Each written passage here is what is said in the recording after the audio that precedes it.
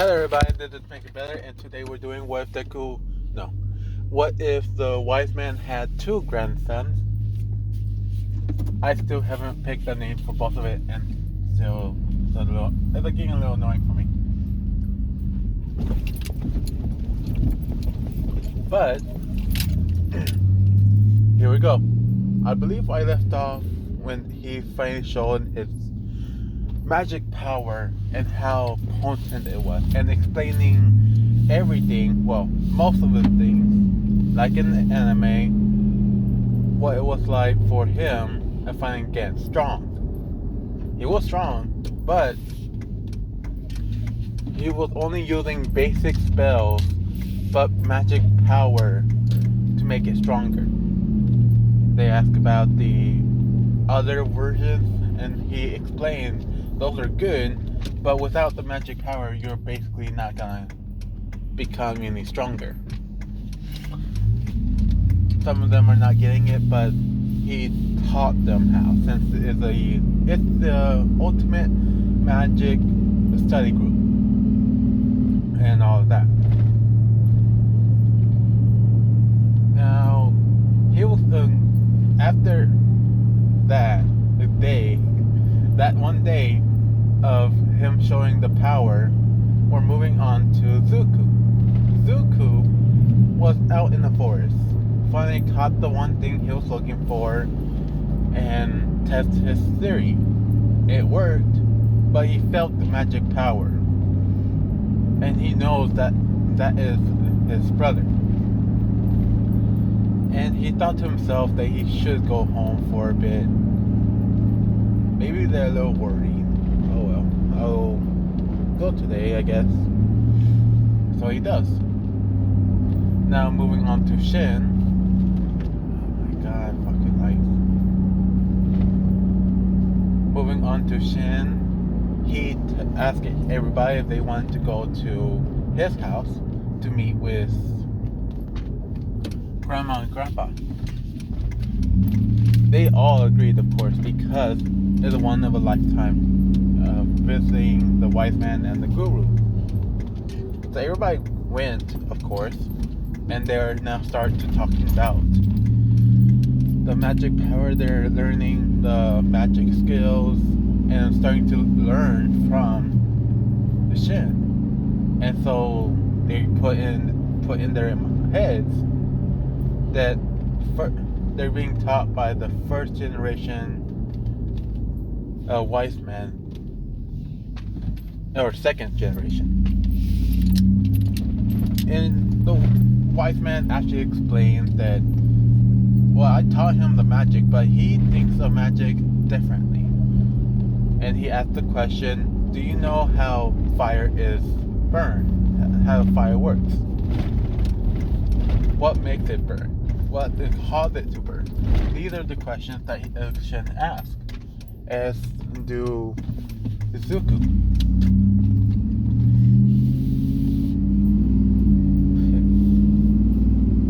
They heard that name before, but they didn't. They keep hearing the name, but they have no face to connect it to, and they're still getting a little pissed or frustrated because they say it to him as if he's equal to his Shin.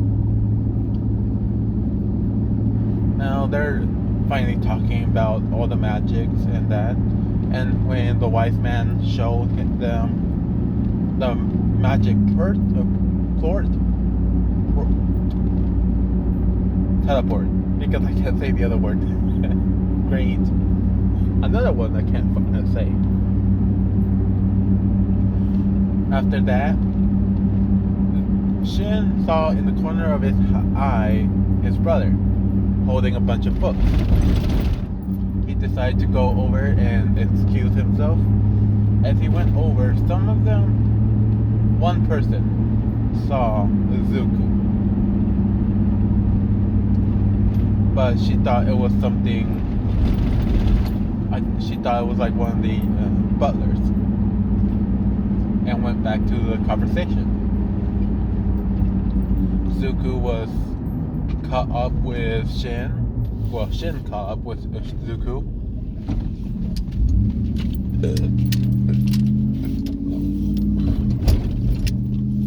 And Shin explained what has happened, which Deku is very happy to hear.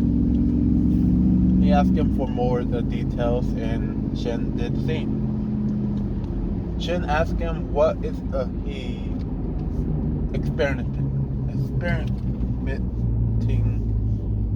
today, or what have you been doing? And Deku said, "Oh yeah, I'm testing this new idea, and if it works, we're not gonna be missing out any of our favorite foods." And Shin doesn't understand what he meant, but said, okay. But remember, we need to go to school. And Deku said, yeah. I'll get there eventually. Is it like any fun though? I mean, like it's the students or kids, like any fun?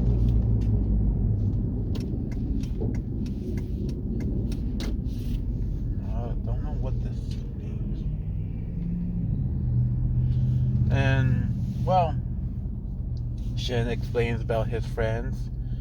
He's even friends with Prince August. These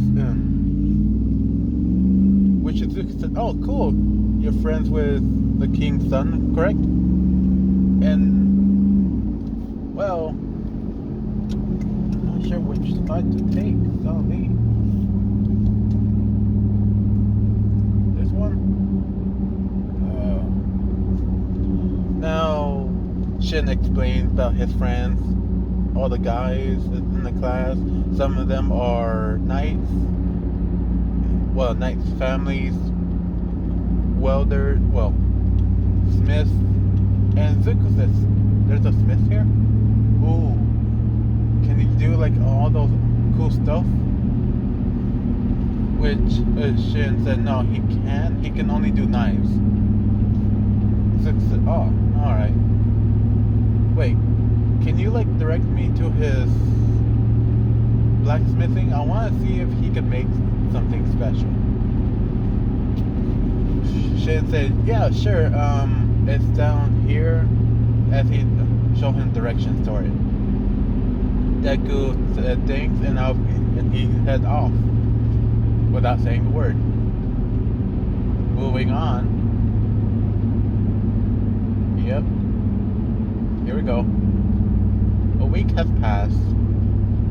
The war has started, and now the classroom is a little worried because that means they had to do joint training with the knights. And they complain about how these knights are always just muscle heads and always compare them to a bland joke, which is bean sprouts. And well, they are not liking it at all. They asked Shin, he looks like he knows some fighting styles or some sword techniques. And when Shin said, yeah, the Holy Grand Knight Sword Saint trained him and his brother. I think I'm a little better than my brother, but just a bit. Now,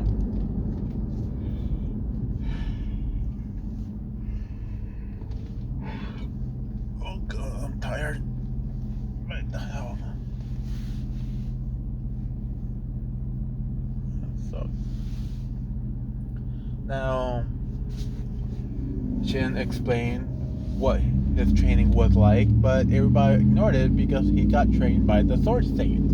And they're all very jealous, to the very point that they can't believe their unbelievable luck to meet someone that has trained under the Sword Saint and deal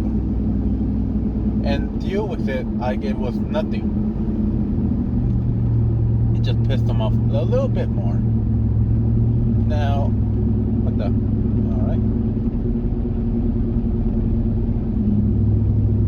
Okay. Now, after that, they go over to the next scene, which they go outside of the castle, outside of the wall, and they are meeting up with a bunch of other classes. Well, not really, just looking around, seeing which group will be theirs. And they finally meet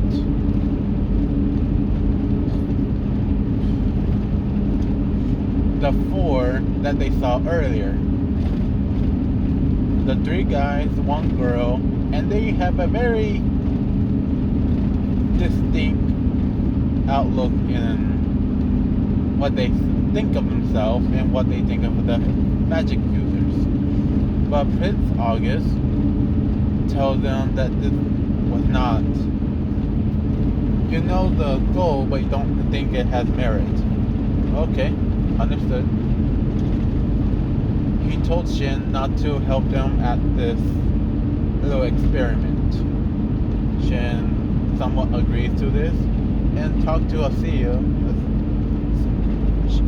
the blue-haired chick, throughout the whole ride.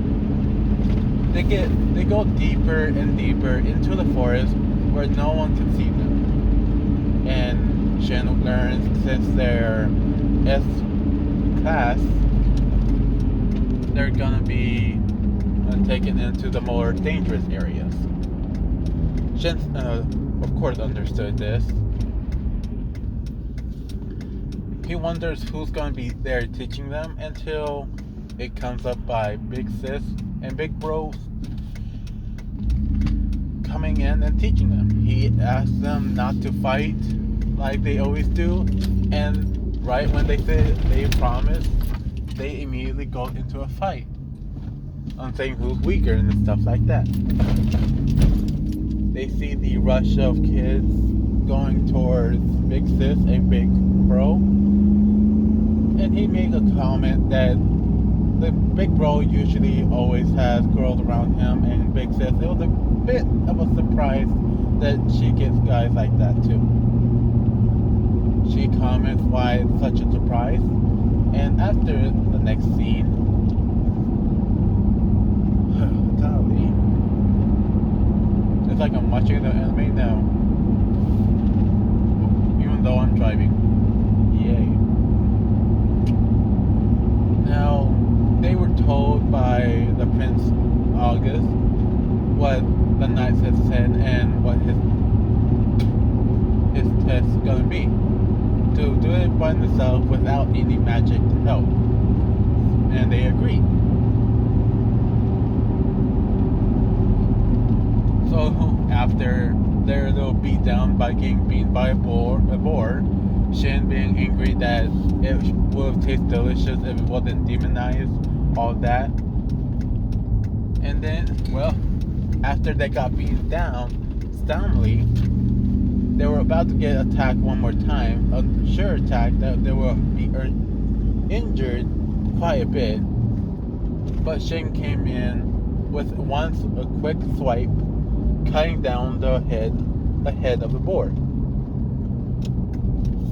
After that, we get the little montage of Cecilia basically helping them out on their wounds, and that made them like her a little bit more, to a point where they try their best to become a gentleman to her. Come on.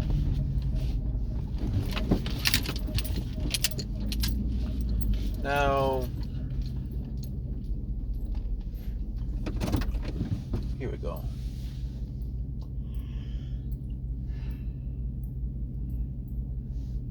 Wow, I have to do it in cliffhangers every time. Hold on. Damn it. Alright. Shin is getting a little more pissed every time the guys do this, and the girls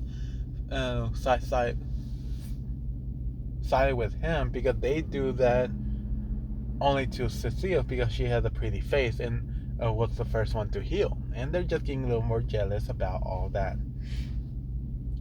And then the red-haired chick said, if only a guy would do something like that for her. Moving on to the next scene. We have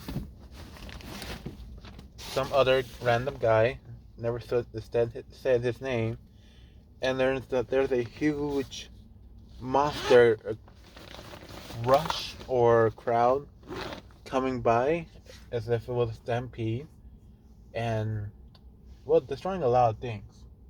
They come by, tell the big bro that they need to evacuate the area. A big herd of demon beasts are coming this way now, as he felt it, and for Shen to feel it as well, see it as a huge group, asked Big Bro if he could do it himself. He said with no hesitation, "Hey, sure, you don't mind?" And they're all shocked to hear this. Now they're all hiding behind the two knights and magic knights. And Shin, when he sees the monster, he gathered up his power. Since he was a little frustrated, he went a little more all out. I believe it was fire, air, oxygen, of course, condense it a little more, have a huge cyclone in his hands, and when the monsters finally appeared, he blasted towards them. They showed a little fear in their eyes, but it was too late. And they recognized that